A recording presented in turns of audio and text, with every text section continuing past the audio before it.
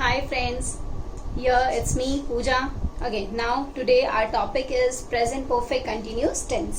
जैसे कि हमने लास्ट में अभी तक के मैंने आपको जितने भी प्रेजेंट टेंस हैं, प्रेजेंट टेंस के हमने 3 पॉइंट्स ऑलरेडी पढ़ चुके हैं.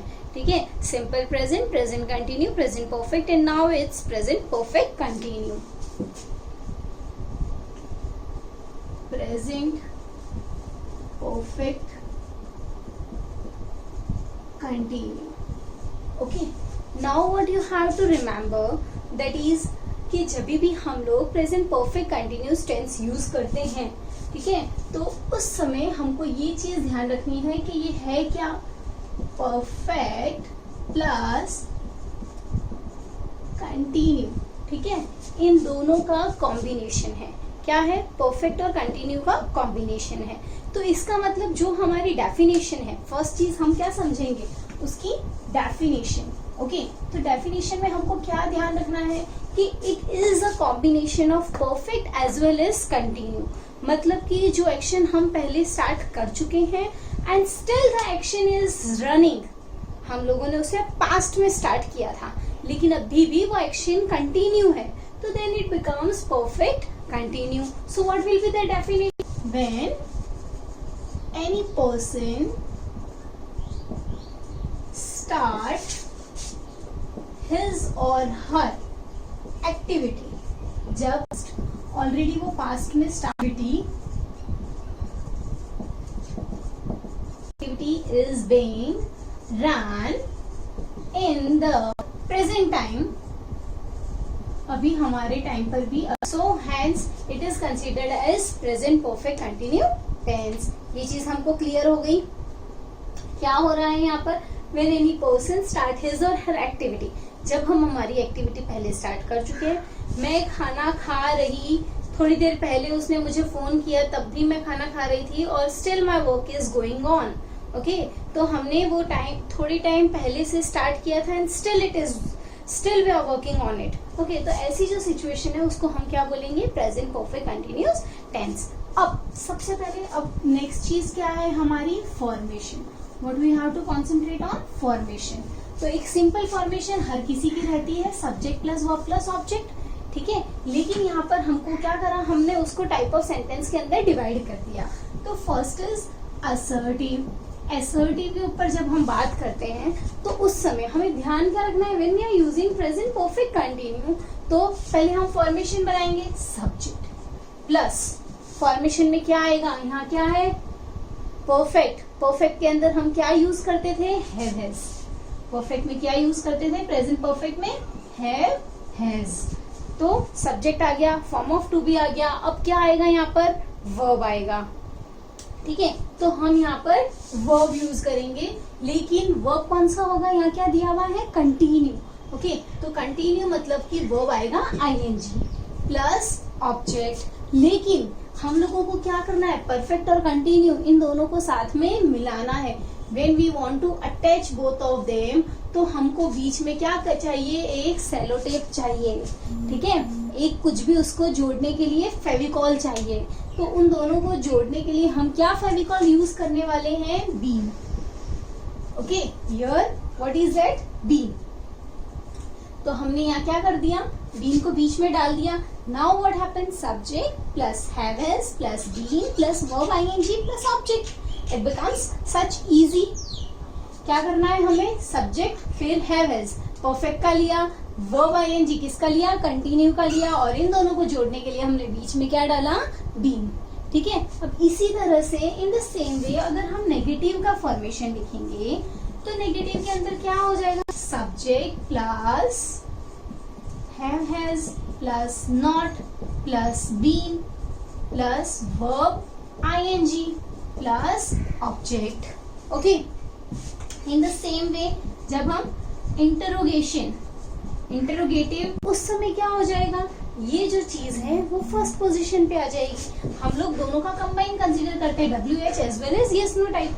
तो W H plus have has plus subject plus been plus, अब क्या है यहाँ पर हमारे पास, वर्ब आईएनजी.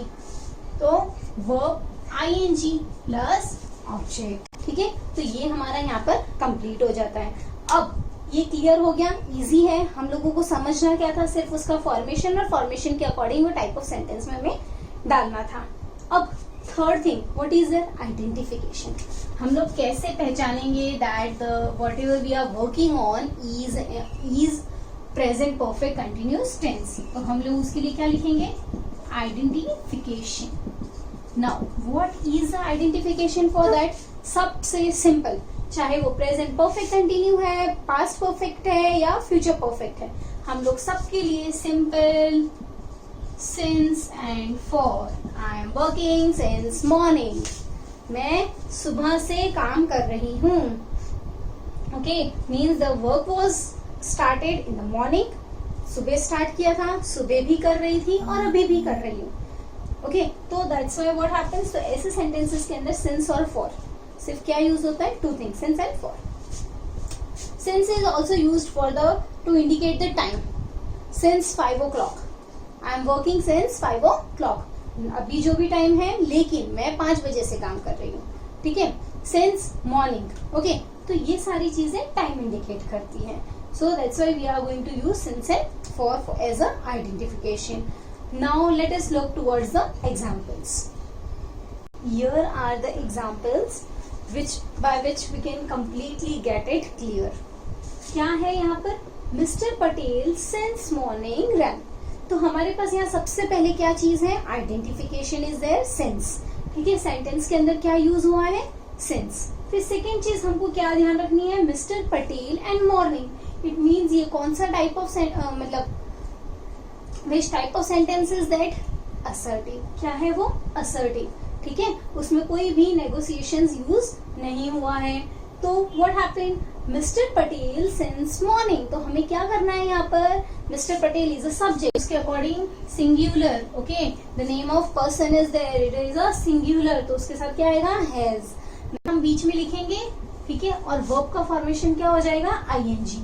तो mister Patel has been running since morning.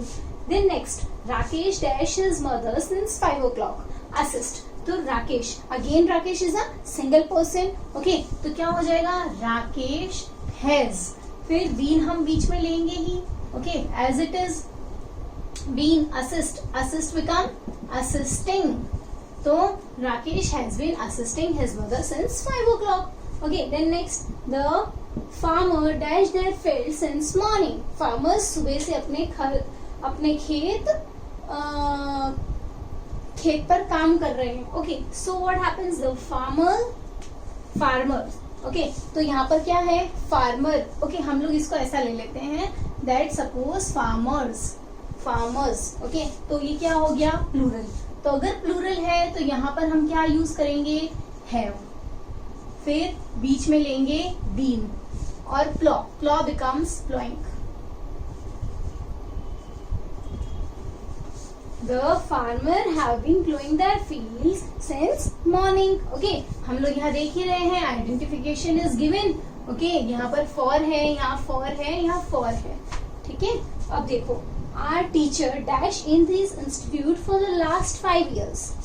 Are teacher हमारा सब्जेक्ट है, हम लोग किसके बारे में बात कर रहे हैं, अबाउट अ पर्टिकुलर टीचर। तो वो क्या हो गया, सिंगुलर, हैज, वापस बीन हम बीच में डालेंगे, बीन।